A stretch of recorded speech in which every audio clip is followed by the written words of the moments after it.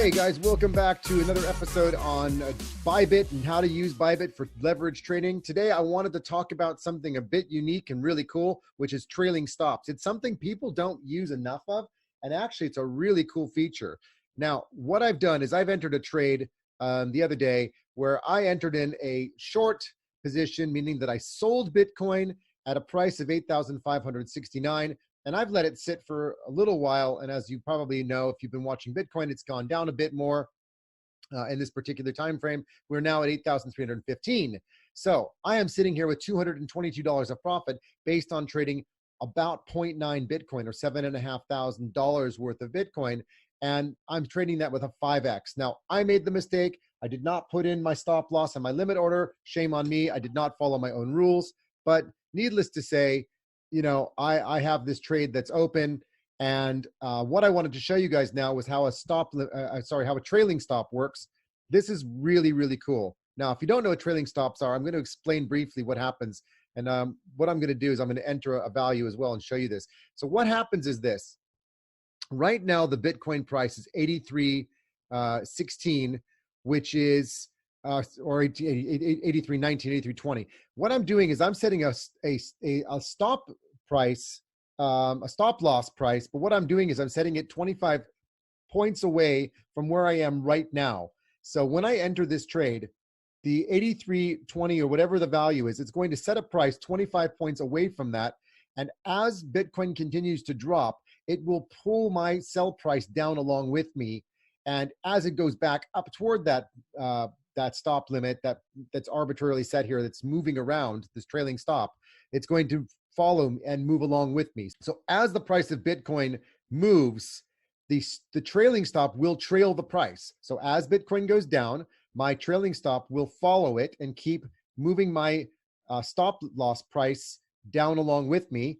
And as Bitcoin moves back up, because I'm in a short position, it will have a stop loss that stays in one place. So I'm going to show you how that works just so that it makes sense. So I'm going to go ahead and confirm this, and you'll see that it goes in as a conditional order. Now, conditional orders basically mean that they are not active. They are there under a certain condition when that condition fulfills itself. And you'll see what's happening here already, that the price is moving and changing. Let me show you what the screen looks like. So I have a couple of different orders in here. The one that I just put in, the 7,500, which is to close the position, is based on a price of 83.18, and the distance now is 24.5. So what's happening is that right now, my sell price will be 83.42.5. As Bitcoin goes down, you will see that this number here of 83.18 will go down along with it, so that it continues to pull down the trigger price. So the 83.42 will go down to 83.41, 83.40, 83.39. And as it's doing that, it's protecting me and giving me more value. But on the flip side, if Bitcoin were to suddenly shoot up by 5 or 10 points, this price would remain 83.42.5. If we hit 83.42.5, my position would close. So you can see what's happening. It's moving along here. You can see my order is changing. It's moving down, it's moving down, it's moving down. So now it's 83.33. And this is great, right? Because now what I've done is I'm literally automating my trade. I don't have to worry about anything. I'm just allowing Bitcoin to drop. And as it drops, my sell price is going to continue to follow it. And I don't have to sit there worrying and thinking about where should I sell, where should I not sell, when should I close the position, what should I do? All that, you can just take that off the table, and you don't have to worry about it. I'm going to just leave that position sitting there. I don't care. I'm going to close this other one out because it's not relevant anyway for what we're doing.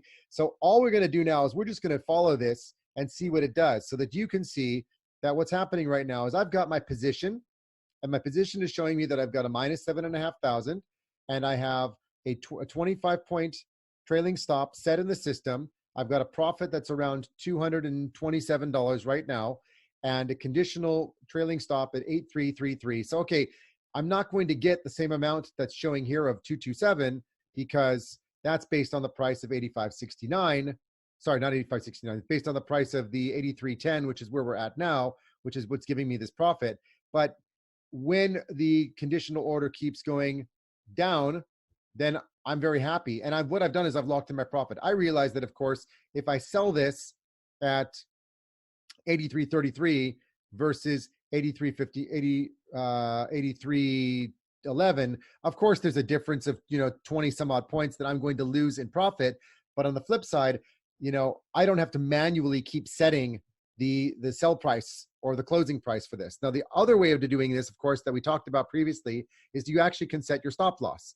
Now, I can set my stop loss at, let's say, 5%, but when I put my order in at 85.69, a 5% would be 86.56. Well, clearly I'm way above that now. So there's no benefit in my doing that. So what I can also do is I can use this in combination. So the trailing stop is automatically trailing along and making sure that various, benefits are occurring. If I don't use the trailing stop, I can just manually set it myself. So the way you would do that is I would say, well, my trailing stop is going to be, my stop loss is is going to be something like 83.20, for example, which would lock in my profit clearly in a much better place. But the downside to doing this is I have to keep manually changing. And as price is fluctuating up and down, there's a lot of manual entry in doing that. So the reason I like using the trailing stop instead is because I'm automating that process. I can see the distance is 19 points. So right now I'm still set at 83.33. If we drop another 6 points, my distance will be back to 25, which is what my trailing stop was set at.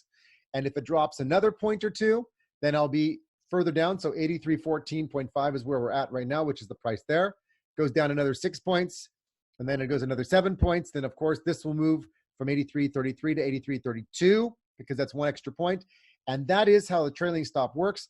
I know the documentation on Bybit is not brilliant for this, so I wanted to show you guys a real example of how it works. And this is a conditional trade because the condition has to be met. The condition being, in this particular instance, that we need this to go to 0. And when it goes to 0, it would automatically trigger an event to auto sell at that set price, which is 83.33.5. So as long as we don't go there, it's going to sit there and it's going to just keep on going. And we'll probably make something like $170 or $180 roughly. So that's how trailing stops work. I hope that helps you guys. I know it's a little bit complicated. If you have comments, questions, just drop them down in the links below. And of course, we'll be back for more episodes. We're going to talk about a lot of things, conditional trading, more around stop limits and limit orders and all sorts of other things. There's lots of stuff to talk about inside of Bybit. And give us a subscribe and click that bell on your way out. And we'll see you again real soon. Thanks a lot for checking in. And check out Bybit. The referral code is down below.